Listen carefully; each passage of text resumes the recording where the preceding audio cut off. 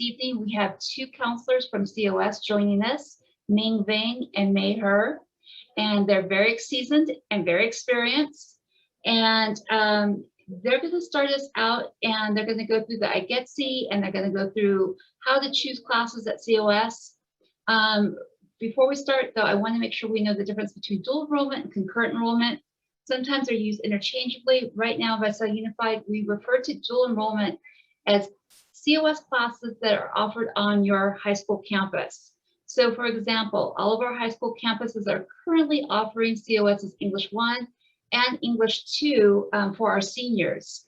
And we have Visalia Unified teachers who have the right master's degree to teach the courses that have been vetted by COS that teach those courses.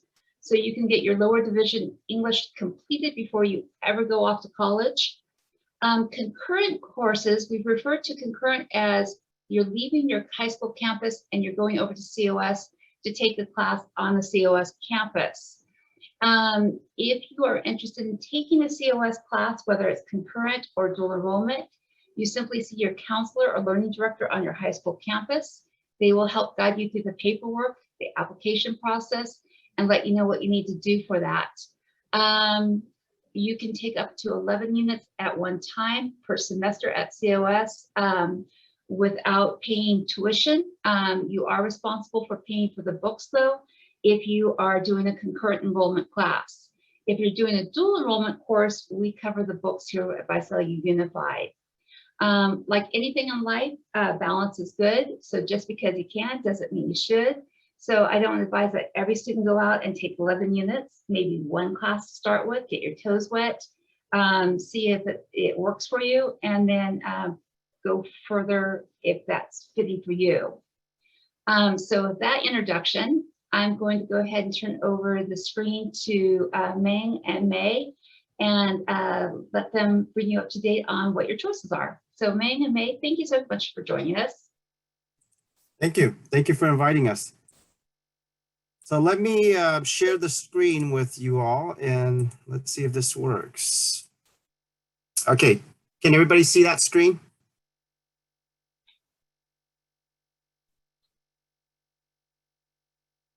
Paige, can you see that screen? Yes. Okay. I'm getting yes from the audience, so you're good. Okay. All right, so let me kind of give a little brief introduction of myself, and then I'll let Mai give a brief introduction of herself, and then we have a little short PowerPoint presentation. We'll go through that. And then at the end, we'll have some time for some questions from any of the parents or students who are joining us tonight. Okay. All right. So my name is Meng Vang. I'm a general counselor at College of the Sequoias. I've been there since 2007.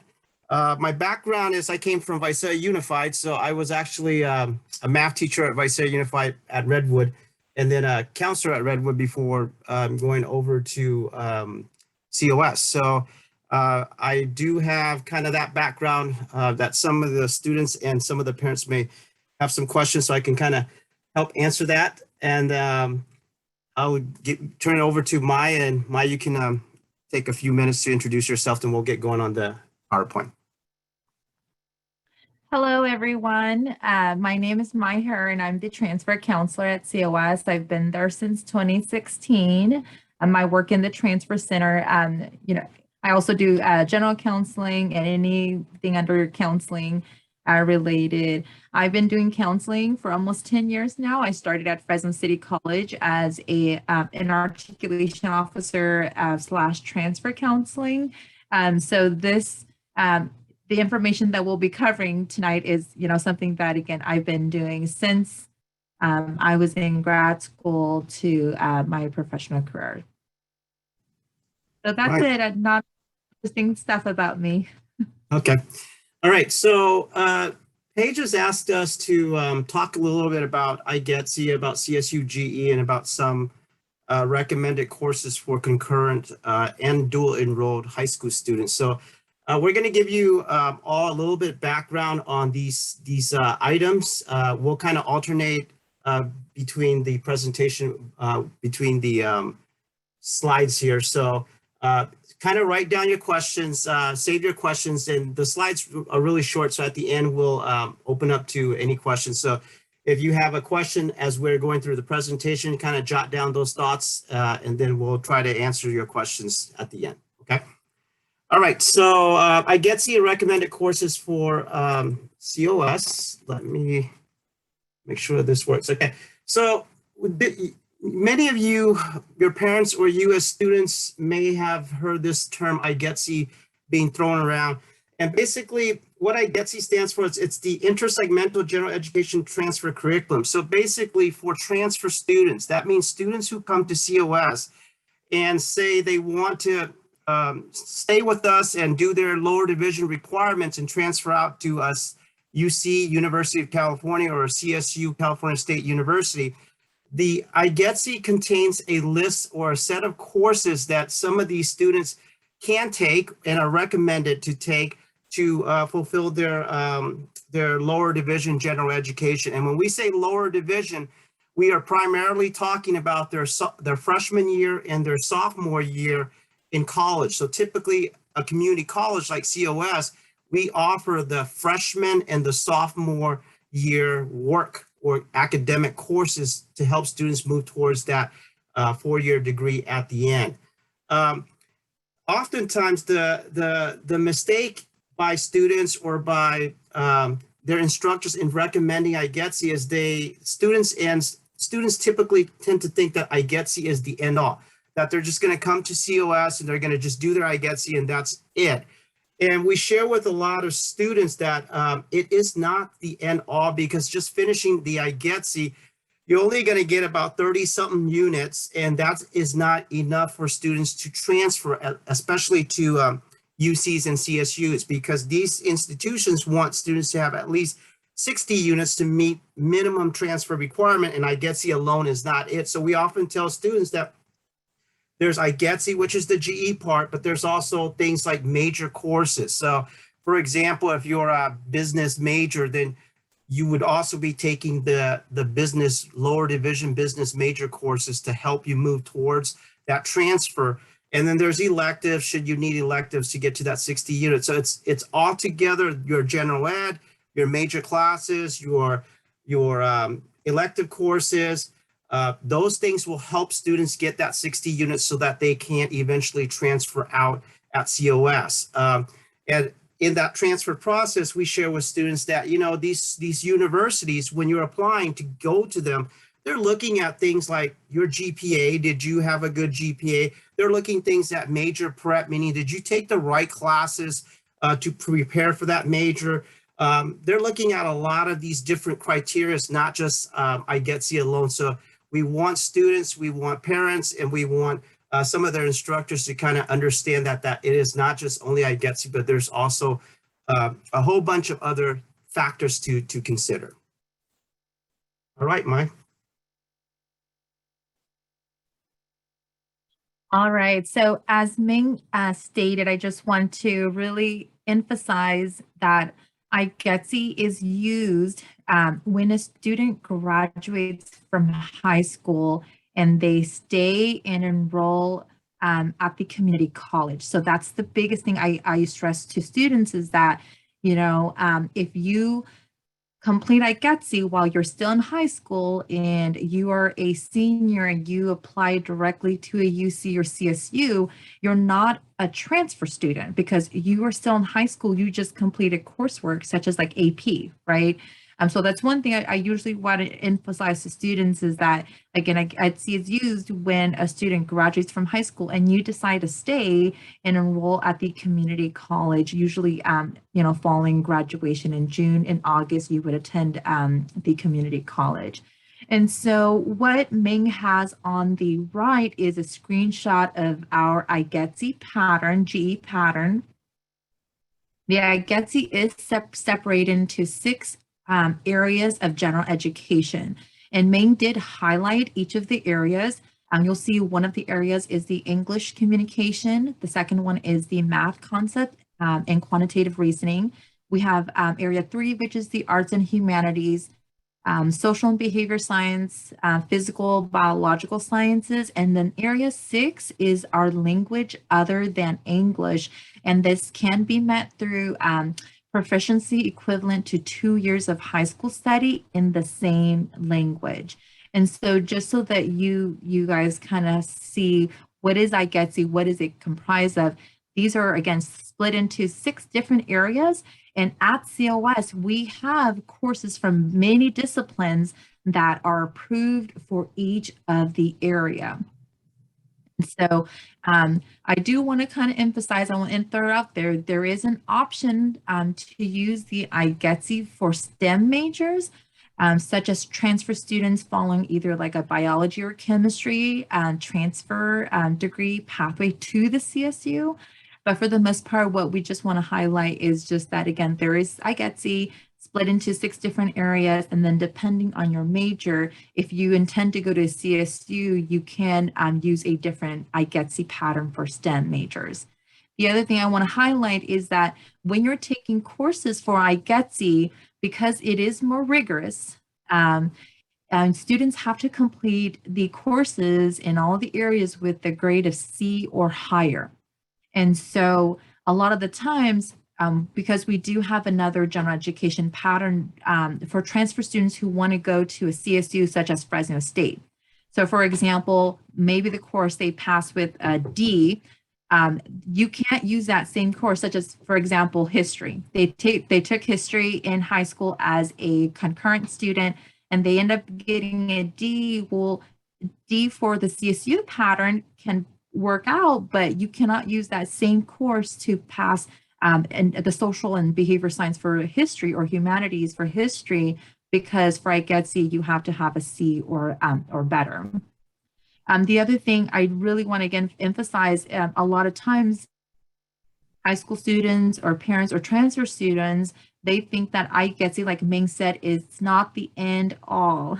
So a lot of times students will come in, I will have to really emphasize that it is not an admission requirement or an admission guarantee for transferring to either the CSU or UC, or it's the only way to fulfill lower division general education.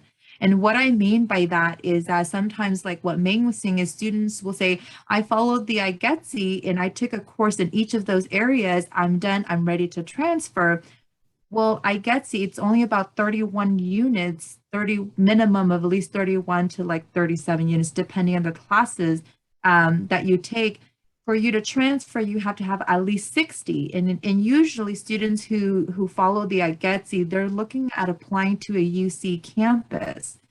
And a lot of the times for the majors at the UC campus, they require major preparation. So meaning that because I was looking in the chat, like some students were saying, I want to do math, I want to do science major.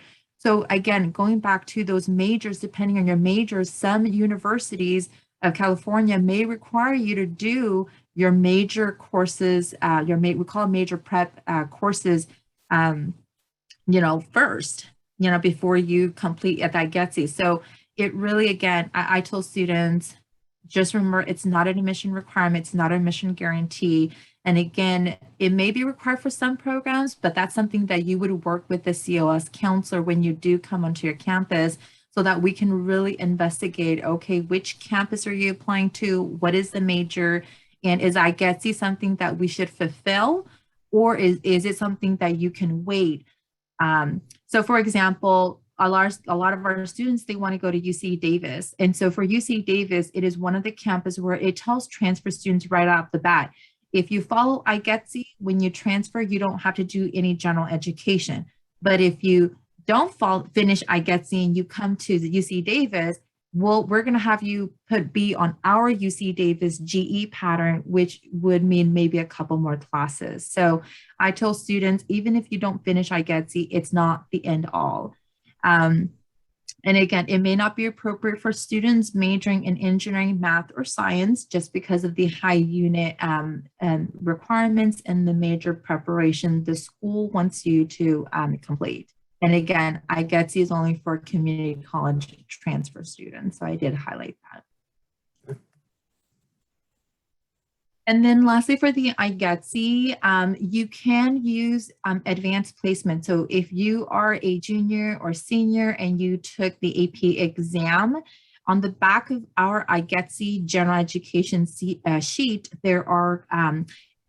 there's a box where it tells you if you took an AP exam and you passed with a 3 or better, it will clear certain general education area. So for example, a student takes AP Spanish language, that will clear. If we look at the chart, it'll tell you which area it will clear and with how many units will the UC campus give you for admission. Sometimes we see students, they will, for example, using the AP Spanish, they will take the test, they will get a 4 or 5, and they come to COS and they end up taking Spanish 3 and 4. And so that's called a duplicate of credit.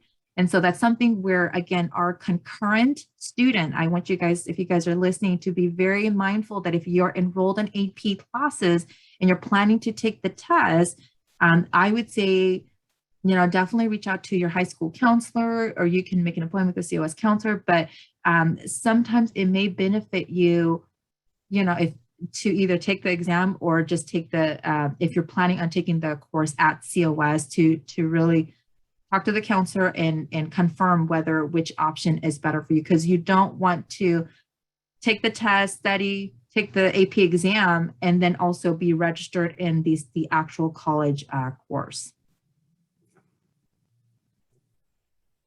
Right. And then I'm just going to add a little bit to what Maya was saying regarding the AP exams. Talk with your high school counselor to determine which pathway is going to be the most beneficial pathway to you, because there are pros and cons to AP exams versus taking an actual class at the college, especially for students who are not great test takers, where you spend a whole year taking an AP class, and to get college credits for that AP class, it all comes down to one test at the end of May. You got to kind of weigh that versus spending a semester at COS and taking a class where perhaps your grade in that particular class may not necessarily just be dependent on one single test. So kind of weigh the pros and cons with that. The other thing with AP exam is keep in mind that AP exams do not provide you with a GPA, meaning when you pass an AP exam, yes, you do get credit for it, but it's just a credit. There is no GPA associated with it. Versus if you take a course, if you get an A, a B, a C, a D, or an F, there are GPA points associated to those grades for an actual course that you take at a community college. So if you got an A, awesome, that boosts up your GPA. But if you got an F or a D, not great. That didn't help you at all too. So these are the kinds of conversation that we share with potential high school students to say, hey, have these conversations with your high school counselor, and between you and him or her, you guys decide what is in your best interest at the time given. Okay, so some things to consider about AP scores. So I think Maya already kind of mentioned at COS, we do have 2 sets of GE pathway or patterns for transfer, because many students who come to community college such as COS, they're either there to get vocational training, meaning completing a certificate or completing a non-transfer degree. And then we have many students who come there to complete their transfer requirement. A lot of our students will either transfer to a CSU like Fresno State or Cal State Bakersfield, or many of them will transfer to the University of California system. So for students who are unsure when they first arrive at COS, we plan courses on the IGETC because that IGETC works for both UC and CSUs. For students who are definitely sure that, they're not going to go to a UC, they're going to go to a CSU because perhaps it's closer to home, or perhaps COS, or perhaps it has the program or the major that they have. If they're 100% sure with CSU, then we plan for them to follow the CSU GE, because there are advantages and disadvantages between the 2 pattern. Maya already shared with you one of the key thing is with IGETC, all grades have to be C or better. With CSU GE, as I'll show you in the next slide, you're going to have a much more larger variety of courses to select from.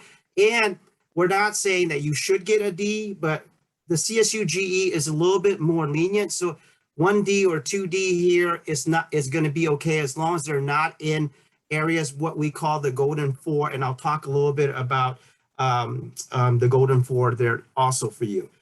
The other thing that we want students to kind of understand about IGETC and CSU GE is every year we have coursework at COS that, you know, we have to submit to get approval for certain areas. And sometimes some courses may either fall off the approval list for a certain area, or some courses may move to another area, or some courses may be offer approval for multiple areas. So whatever that sheet that you see for that year that you're taking that class, that's the area that that course has been approved for.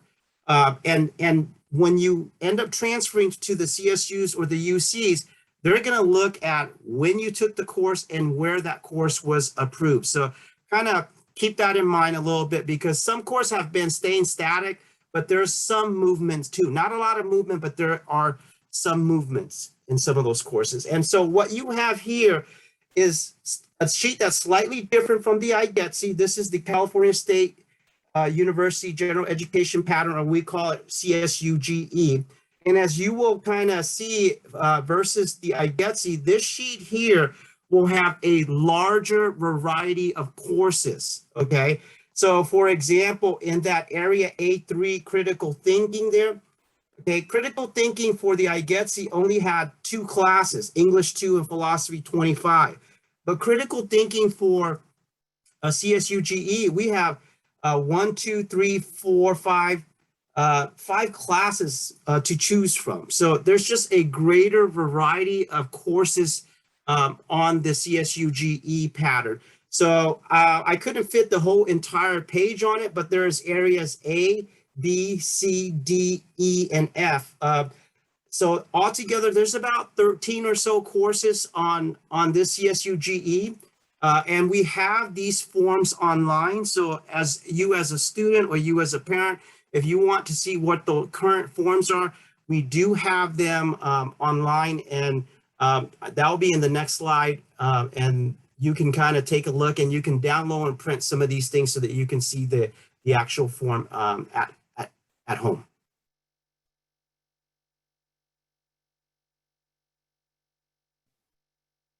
All right, so some of the courses for concurrent high school students that we usually recommend when students come and see us, as Meg mentioned, the CSU Golden 4. So these are just some of the examples. Usually we like to highlight communication. I usually like to stick with communications 1, 7, or 8. And the reason why is because those courses are also on the IGETC pattern, versus on the CSU GE pattern, you may have an additional, like I think Com 4. So you have a lot more communication classes, but you know, for the most part, we try to have students take a speech class, whether they're CSU bound or UC bound. Again, we like to highlight the English 1 or the English 2. And like Paige mentioned, there are some dual enrollment. It sounds like almost all of the high schools have at least either English 1, that's dual enroll, which is awesome too. Yeah, or 2. And that's awesome because that means that it really eliminates, again, when we were talking about AP, it really eliminates the students from doing like an AP English language and maybe not passing the exam like Meng was saying at the end of the year. So these courses, again, you're doing it at your high school site.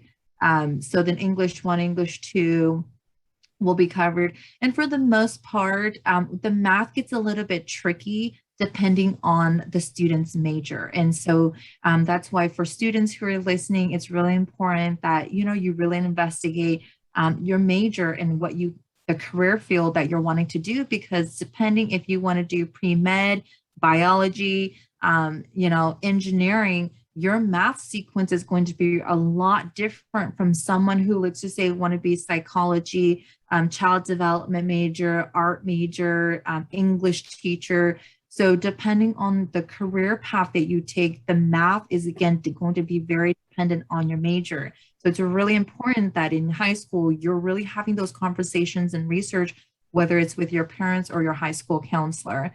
Again, we also encourage students to do either the history 17, 18, or political science 5. The CSUs have implemented a new graduation requirement effective fall 2021. So for those juniors and senior students, if you do pursue and plan to attend COS, after you graduate from high school, it is an additional requirement that we are encouraging students, if you can do it early on, the better. But it is ethnic 1, 2, 3, 4, or 10. And again, for those students who are not transfer bound, so for those students who are like, I'm not sure, I really just think I want to get an associate's degree. And then the courses that we would recommend would either be like a health and wellness. We'll throw in some PE activity classes, and we have a whole list of them. We do have our library courses, and these are courses that will really help you have the research and the skills to use our library resources when you're either doing research for a class or you're just wanting to know what are just some of the safe tools when going online. So those are our library information courses. We do have nutrition 18, computers 5, and then math 5, which again, these are just example of courses that we will recommend, for concurrent high school students to consider. But again, this is not the end all, courses, depending again on your major and the conversation you have with your counselor. It may change a little bit. And then again, just some additional things to consider. Again, really, if this is something that you're interested in, please talk to your high school counselor, because there is a process for you to complete. So if you and your counselor decide that this is the best way for you to start taking some classes, if it's not offered as dual enrollment and you want to do concurrent enrollment and your high school counselor approves you because it works with your schedule, because like Paige mentioned, it's really important that you balance things out, because I get students all the time who are like high achievers. They have all these classes, they're doing APs and honors, and they're doing all these outreach activities, and then they want to do 3 classes at COS because the max, like Paige mentioned, is 11 units, right? So we get these high achiever students, and I tell them it's not a race, because what we want you to do is we want you to be successful, because the last thing I want you to do is take these courses with COS and you end up getting C's or D's, because it's official. It goes onto your transcripts, and these are things that you do have to report to the universities when you apply. And so those are just really something that I usually would try to, encourage students. Please make sure that you also have a balance, right? Your life, your personal life, high school activities, and then what you can really handle at COS. Again, we cannot advise students, high school students, on the graduation requirements. So sometimes students will ask me, if I do trigonometry or pre-calculus, will that clear my math requirement for my high school? I usually tell them that's something I don't do. I don't know what the high school graduation requirements are for the schools. And so I usually will try to refer the student back to talk to your counselor, because really, again, it starts with your high school counselor. The conversation starts there, obviously with your parents too. But you want to make sure that, again, it is something that you can do, because sometimes the schools will tell you, if you do the concurrent, it doesn't count for graduation, or it doesn't count for your GPA, because sometimes students want that course at COS to calculate into their GPA. And again, I tell them that's something that I don't know. That's something they need to talk. Please note that, again, the universities and colleges will have different requirements for admissions. I usually try to tell students, think of a 3-tier cake, or 4 tiers, depending on the university. The first tier is just admission requirements. And so the typical, you have to have maybe 60 units, your golden 4, your GP has to be a 2.0. But if you're applying for example, Fresno State nursing program, The second tier is the major. So you got to make sure that you complete all these major requirements and have a really competitive GPA. You know, a lot of times I get from students, they want to apply to Cal Poly. And I tell them this tier, I give them this visual of this tier, like 3-tier cake, because Cal Poly, it's just not like a fancy school that students want to go to because they have maybe, you know, 30, 40 units under their belt. I told them, guess what? Cal Poly is an impacted campus. And so if you're a transfer student, you not only have to have your 60 units and your general education done, you also have to have these major preparation that they want you to have done. And if we don't offer our course at COS, you have to go find it at another community college and take it if you want a shot at Cal Poly. So there's so many layers to transferring. And so we just want to, again, let students know the better you are in terms of solidifying your major while in high school, the better it is for you in terms of when you do come to COS and we do build you a student plan based on your goal. And again, you know, good grades and bad grades stay on the student's record. So again, a lot of times students will say, I did these courses in high school and I got C's and D's. Why is my GPA still a 2.5? And I want to apply to the school that requires a 3.5 minimum GPA. And I tell them, it's because you took these courses and you got C's and D's.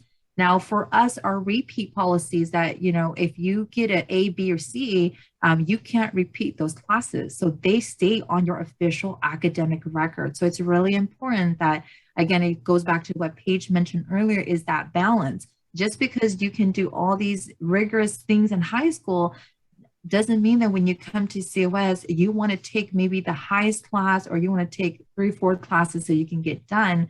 Because I tell you, at the end of the day, whatever you get in that class stays on your transcript, and you will have to report that to the university when you apply.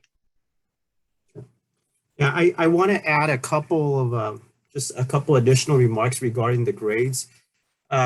We want students to, if they end up eventually fully matriculate, meaning coming to COS after they graduate from high school, we don't want them coming already on academic probation and having issues with financial aid and all of those other things. Because as a high school student, if you don't decide and you don't commit to the courses that you sign up and you take while you're in high school, if you have a GPA that's below a 2.0 in the college classes at COS, and then you end up coming to us after high school, you're kind of already in the hole.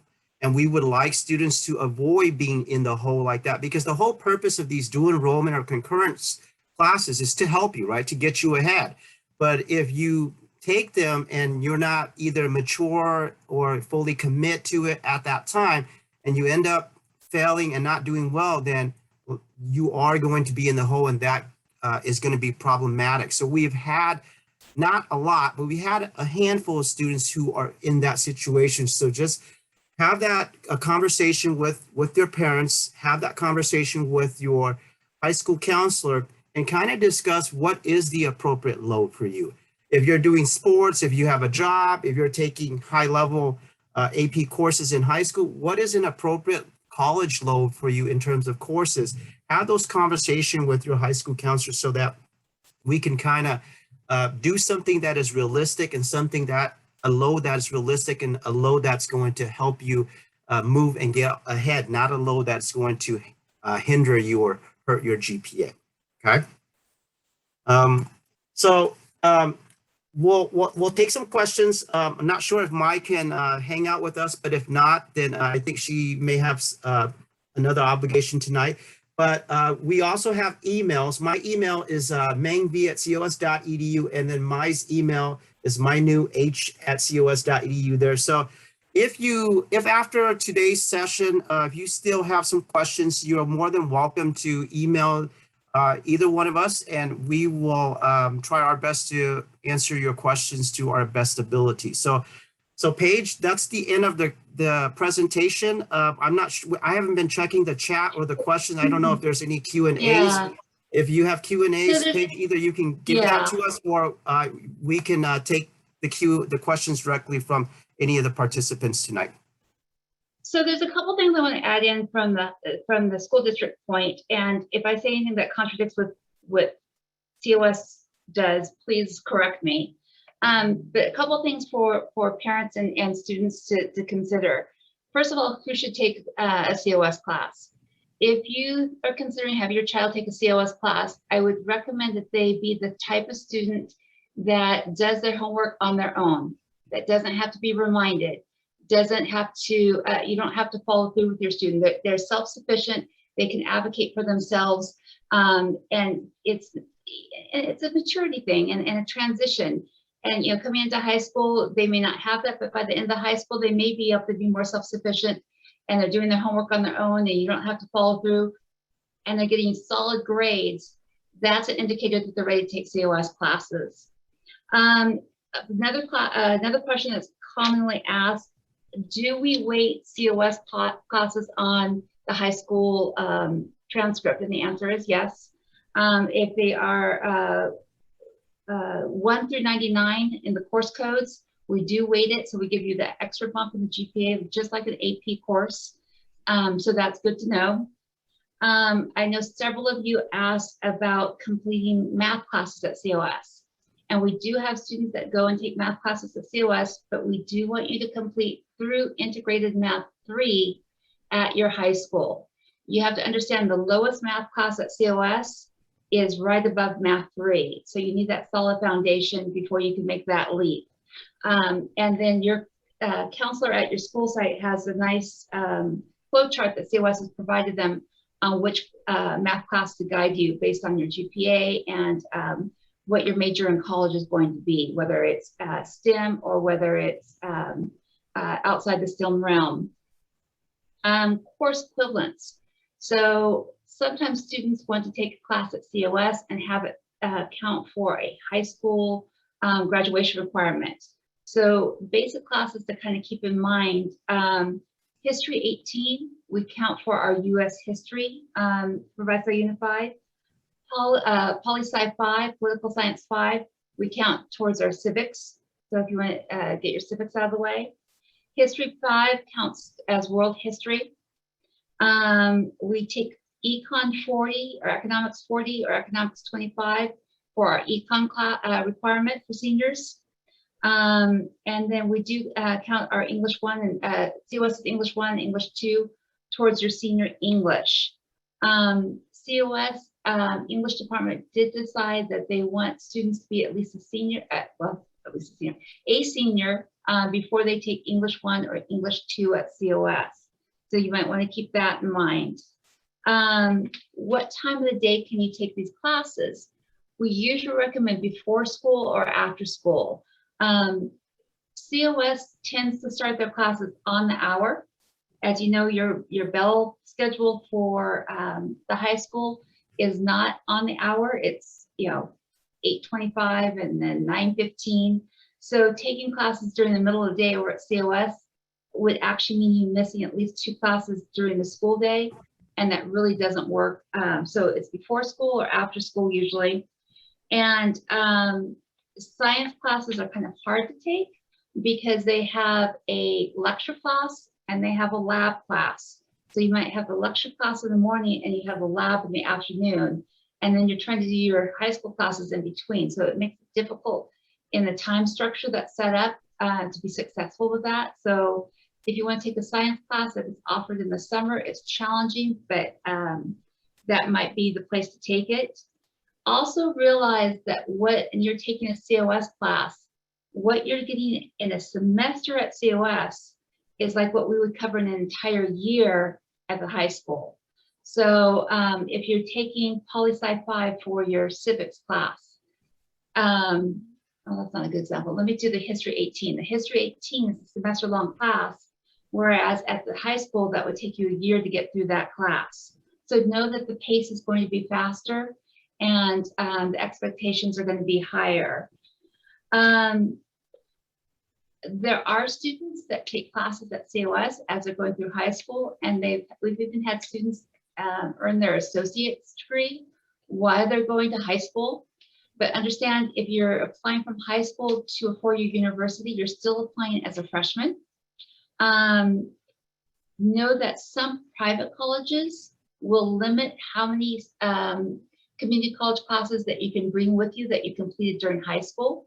So if you're looking at some of the private colleges, you'll want to check in with your counselor and check in with that university to see how many courses they'll allow to roll over to their college. So keep that in mind.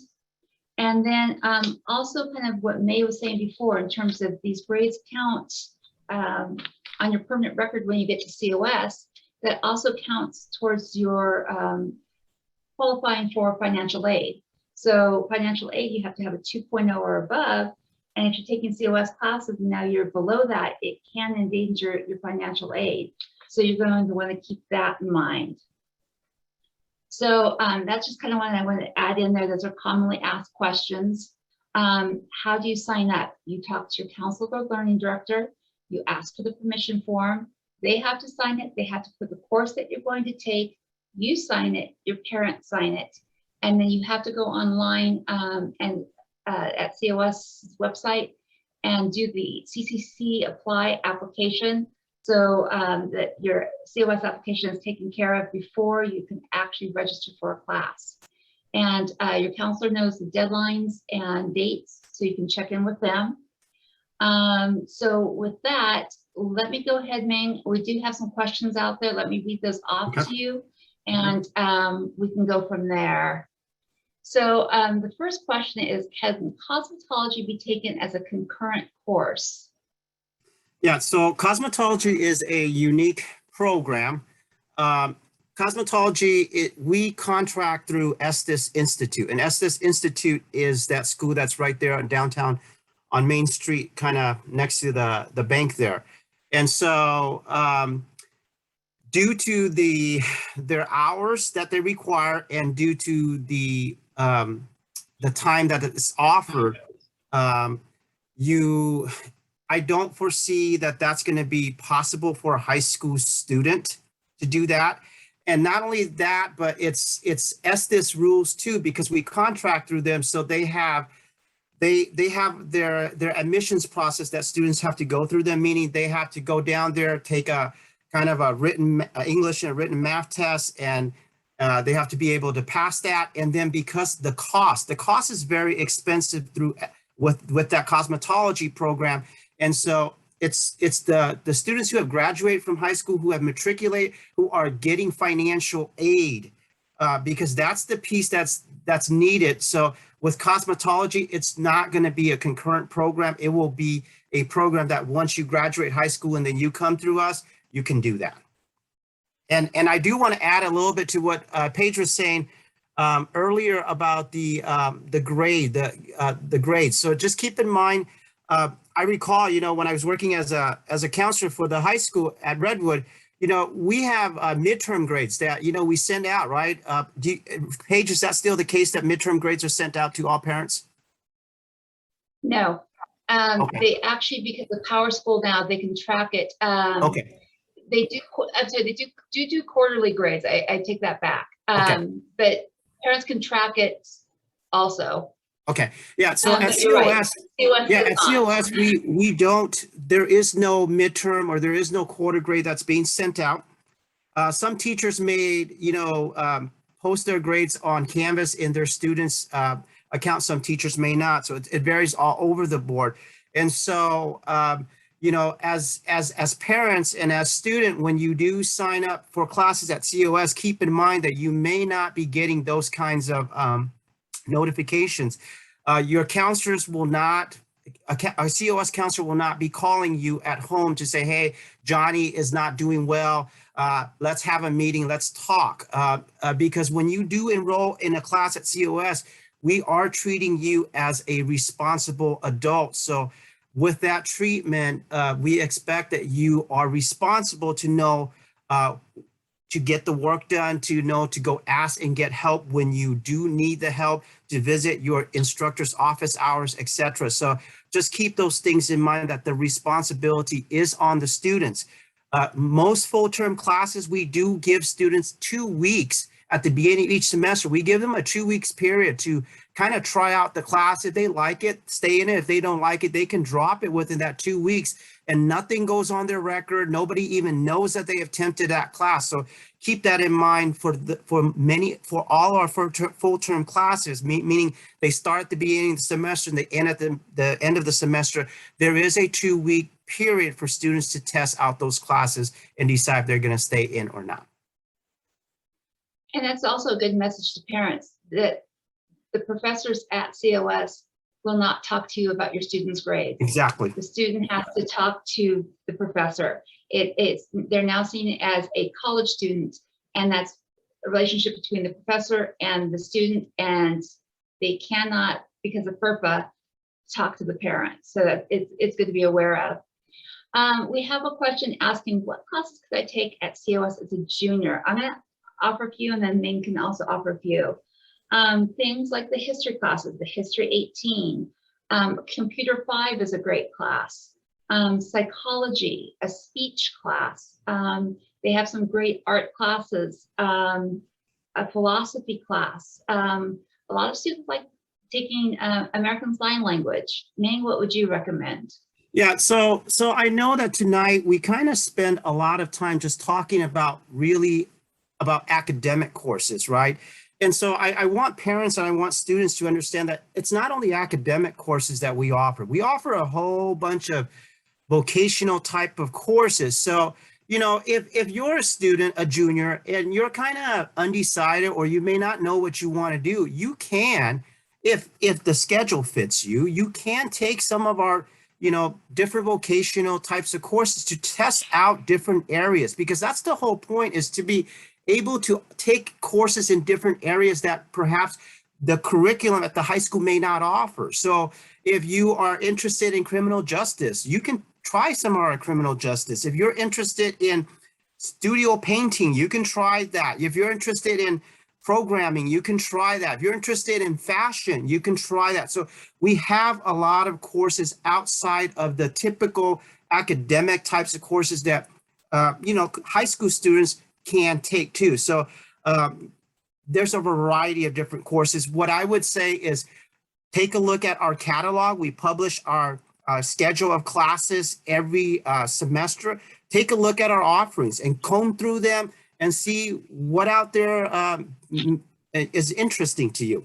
If you're trying to do something that's going to count for both your high school graduation and credits for college, then have that conversation with your high school counselor so that between you and your high school counselor, you guys can evaluate where you're at in terms of units or credits towards graduation and then select from the ones that you still need. Thank you. Okay, so we've got several questions are starting to light up, so let's start going through those. Ming, you can kind of help me refresh. Sure. The student's asking, if I took a class during the summer as a sophomore, do I need to reapply for the following summer? I'm trying to remember how often I have to revisit that CCC If you apply. haven't skipped more than one semester, you should still be in the system, okay? And you will know, the computer will tell you, if you can't register, the computer will tell you, it will give you an error message, and basically the error message will say readmission error or readmission is required. If you see that word readmission, that just means, hey, take 15-20 minutes of your time, go to CCC, apply, update your application. If you don't get that message and you're able to register, then you're good to go. Okay, the next question is, how do transcripts get shared between schools? You order the transcript. So you order a transcript from COS once you complete the course and have it sent back to your school. And then our registrar at the high school will put it on your high school transcript if that's where you want it to go. And then if you want our transcripts by Vice Unified to go to COS, you do the same thing. If you're sitting down with a counselor at COS and you need your transcript right then, all of you have californiacolleges.edu accounts using your Vice Unified email. You can pull that up and your transcript will be on there and you can show the counselor that you're talking to. Next is and they can order their transcript. Oh, yes. I was gonna say, if they're a COS student, they can order their transcript through their Banner web. So they don't even have to come to campus. There's an option for them to order it online. They just log into their Banner web account to do that. That's good to know. I've got two people asking, can I take a class as a freshman? Yes. But again, everyone's different. And I would really, really talk to your counselor closely and decide if it's a good place for you. Again, are you that student all the way through middle school and beginning of high school that is on top of your homework every time? Do your grades, reflect that? Do you have lots of A's and B's? Do you do well on your tests? Or is mom and dad still having to remind you? So, you can have a very mature freshman that's ready to take a class, and you can have a freshman that just needs a little more time to get the skills ready to go before they go over to COS. Ming, do you have anything to add to that? Yeah, I think there are many classes that you can take as a freshman, but talk with your high school counselor, because again, at the end of the day, we want you to get good grades. We want you to pass your classes. We don't want you to, get D's or get F's because that stays with you. So yes, please talk with your high school counselor regarding that. Okay, so the next two questions are math-based. And the first one is there any specific math class you guys recommend for a sophomore? As a sophomore, you should still be in integrated math 3. So you need to complete that first before you take a class at COS. So maybe the fall of your junior year, start the math classes at COS would probably be the recommendation there. Also, we have a student, Ming, asking, I'm taking integrated math 3, so great, meeting that requirement. What math class at COS would be next for a biochemistry major wanting to go to a UC? Yeah, so if you're a biochem and wanting to go to a UC, I would bet and I would wager that 100% of all biochem majors at a UC will take at least a minimum starting with calculus. They'll probably do Calc 1, Calc 2, Calc 3. Okay, so with that said, we have a math placement chart. In the old day, we used to have an actual math test that students can come in and actually take the test to see if they can actually place into calculus. But we have a math placement chart that is posted on our COS website. It is a combination of high school GPA, and it is a combination of the highest grade completed in high school. So you want to take a look at that math placement chart that we publish on our COS website to see what grade, what GPA you need to have, and what highest math class you need to have in order to place into calculus at COS. So that's the key. The other thing too is this to consider with math. If you're looking at the biochem major for a UC, typically that is a competitive major, and because the UCs, any of the UCs are a competitive school to be admitted into, when you do decide to take that class, you almost kind of have to ask yourself, am I going to be able to get about an A at COS if I take this calculus class? Okay. Because like it or not, that grade is going to stay with you. So if you don't foresee yourself getting a really good grade, then maybe it may be better for you to take the calculus class at the high school level and get that exposure to calculus, and then maybe take your calculus when you either come to COS as a transfer student or when you end up at the UC, because good or bad, those grades will stay with you. And if you apply to this UC, you will need to send the COS transcripts, and the UC will be looking at that as a criteria for deciding on whether they're going to admit you or not. The next question is basically, is there any health classes I can take? And I know there are health classes that they can take, May, but I know sometimes some of the content is a little more adult oriented. Do you want to touch on that for me? Yeah, so the health class, we have lots of health class, but the one that a lot of our students take for, especially if they're non-transferable, I mean, if they're not planning to transfer, they just want an associate degree, then many of them, they take what is called Health 1. Health 1 is personal and community health. So in Health 1, we teach them about mental health, physical health. We teach them about drugs, alcohol, diseases, things like that. So there are some adult content information in there. So if your child or you as a student think, I may not be ready for some of this stuff, then you may want to postpone that health class and maybe take something else. Because we have other classes like art or computer or whatever. So we have lots of other classes that, you can take. But, there are some classes that maybe, have content that is meant for more mature adults. Perfect. Okay, next question. As a sophomore, I'm thinking of doing culinary. What kind of classes are recommended for that? Yeah, so we actually have culinary classes. We have professional cooking classes on campus. We had food sanitation classes on campus. So you are welcome to take those classes. You just got to make sure that the times and the dates that we offer matches your high school schedule. And you can look them up. Our culinary classes are going to be abbreviated CULN, and the schedule for spring will come out as of October 1st. It will be out. So you can start looking and see what our various different offerings are. And then you can click on the little blue number that's next to each course. Once you click on that blue number, it will give you a brief description about what's taught in those courses so that you can see, hey, do I want to try this? Or no, I don't want to try this. Okay, so next question. What classes are suggested for sophomores? History 5 at COS will count for your world history. So be aware of that. May, what other classes would you recommend for a sophomore? Yeah, so again, I think it depends. Like I said, there's no one single recommendation for all students because every student is unique in what they want. So for example, if a student who's wanting to take care of their world history requirement for graduation at the high school, then yeah, do the History 5. If you're wanting to just explore some classes, then hey, we have kind of everything for you to explore as long as you meet the prerequisite for whatever some of those classes may have. It just kind of depends on what is it and why is it that you want to take college courses.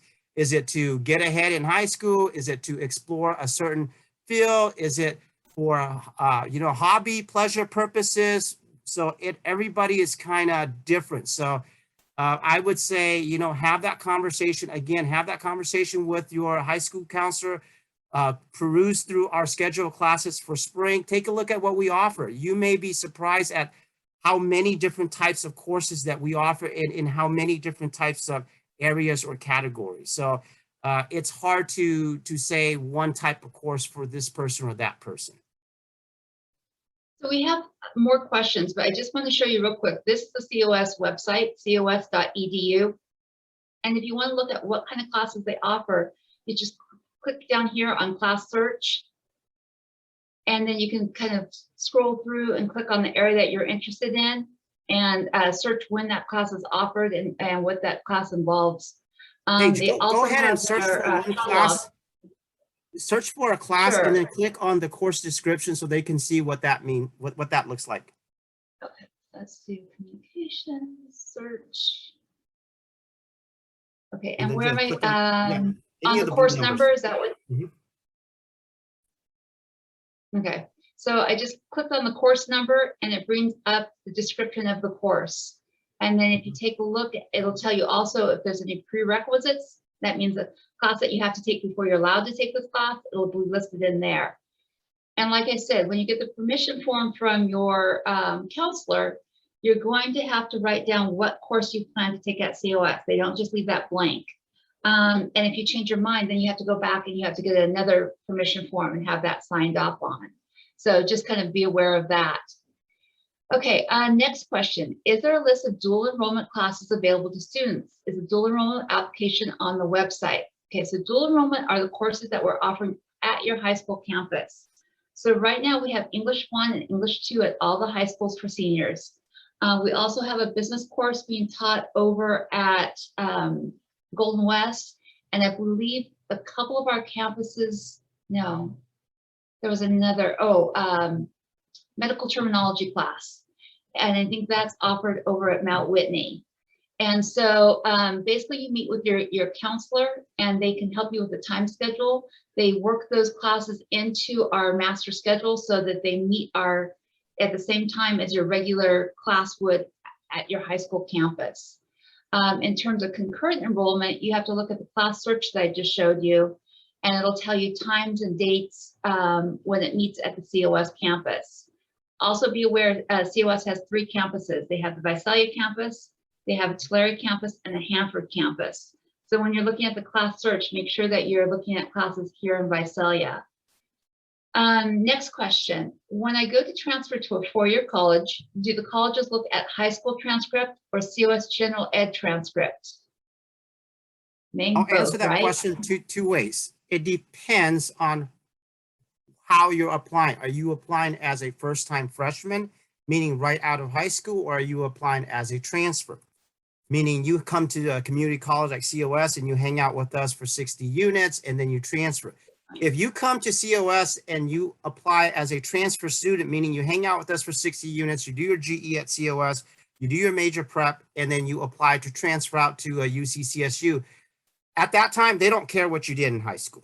They don't care about SAT scores. They don't care about what you did in high school. All they will be looking at is your COS coursework or your community college coursework after you graduated from COS. I will let Paige address the first-time freshman. So let's see, when I go transfer, I'm reading the question again, it's getting late. When I go transfer to 4-year college, do the colleges look back at high school transcripts for COS? Okay, so for high school students going straight to a 4-year university that have taken COS classes, when you bring the transcript from COS back to the high school, you can choose to have it put on your high school transcript. And in that case, when we send the transcript to the university, they will see it on there. They also ask that you send an official transcript from COS to match that up. So in general, yes, they see both. Occasionally a student will not transfer a class from COS over to the high school transcript, excuse me, which is fine. A tickle, sorry.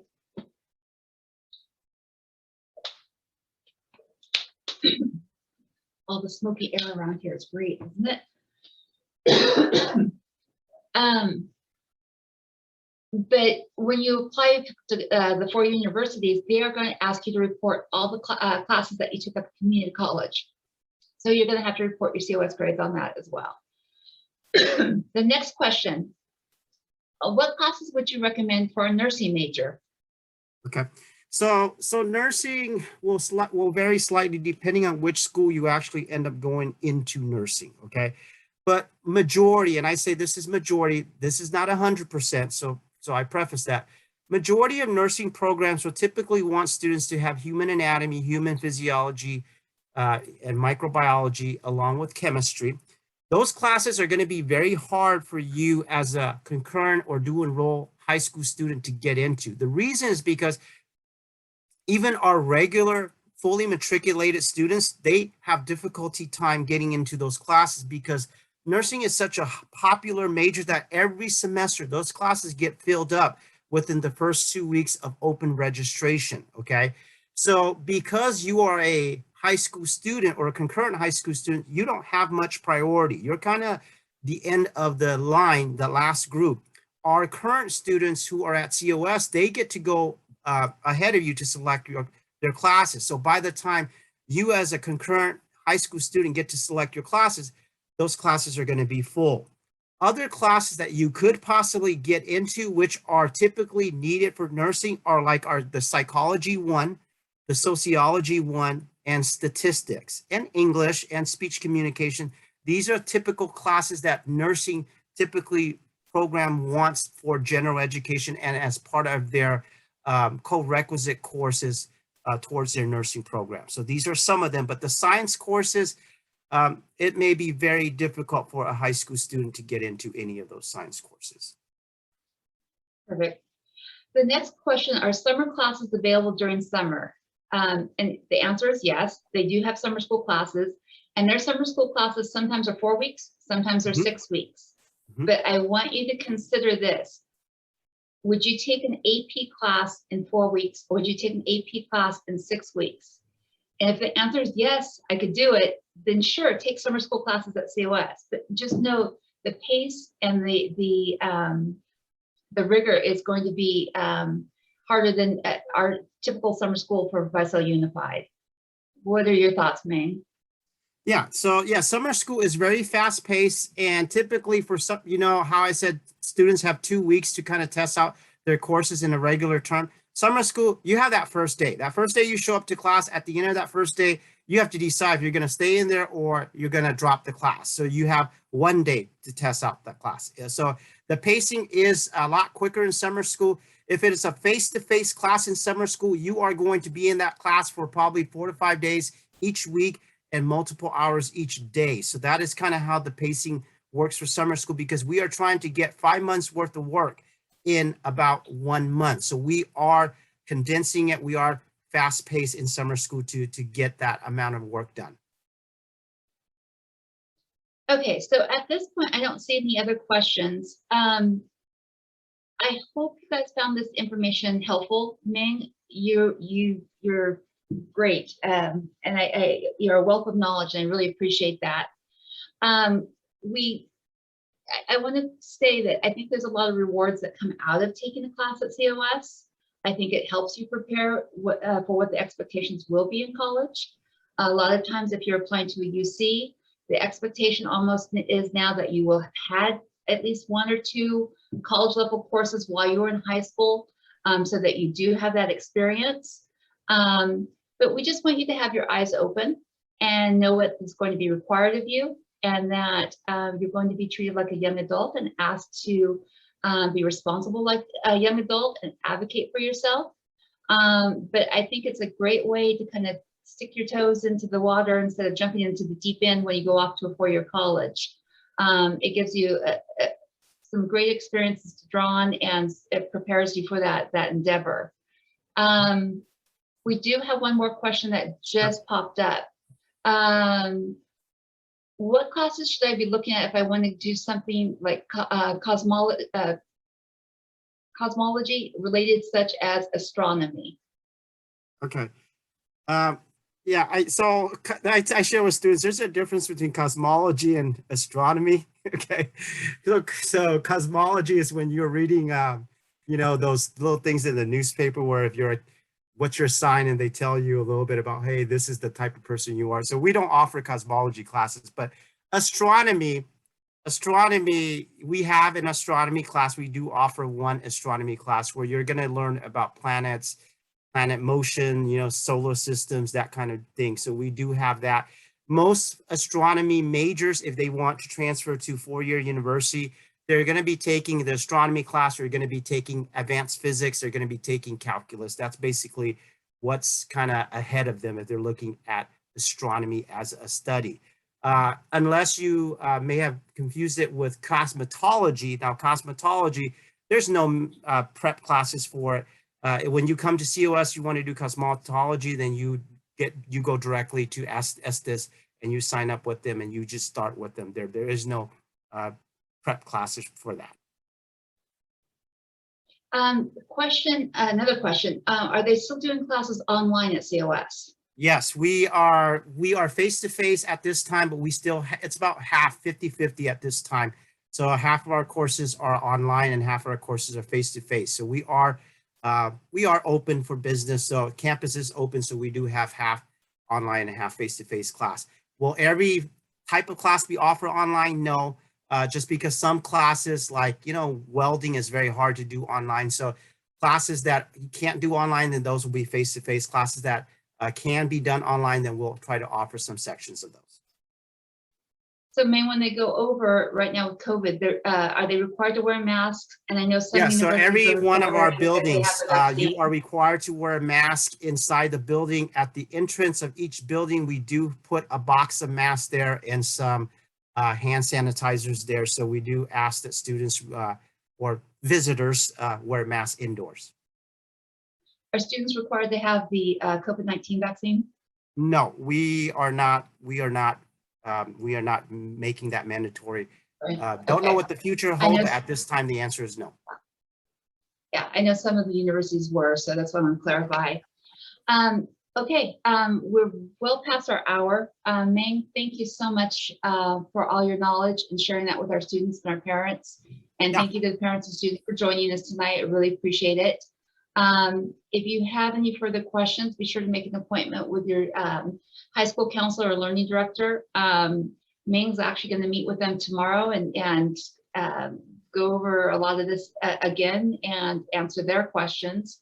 Yeah, don't hesitate to reach out to them and they'll get you set up and ready to go. And Yep. so Ming, thank you again. Yeah, you're welcome. And for all the parents and students, you're welcome to email us too. If you have any, short, quick questions, you're welcome to email us. We'll help answer some questions that way.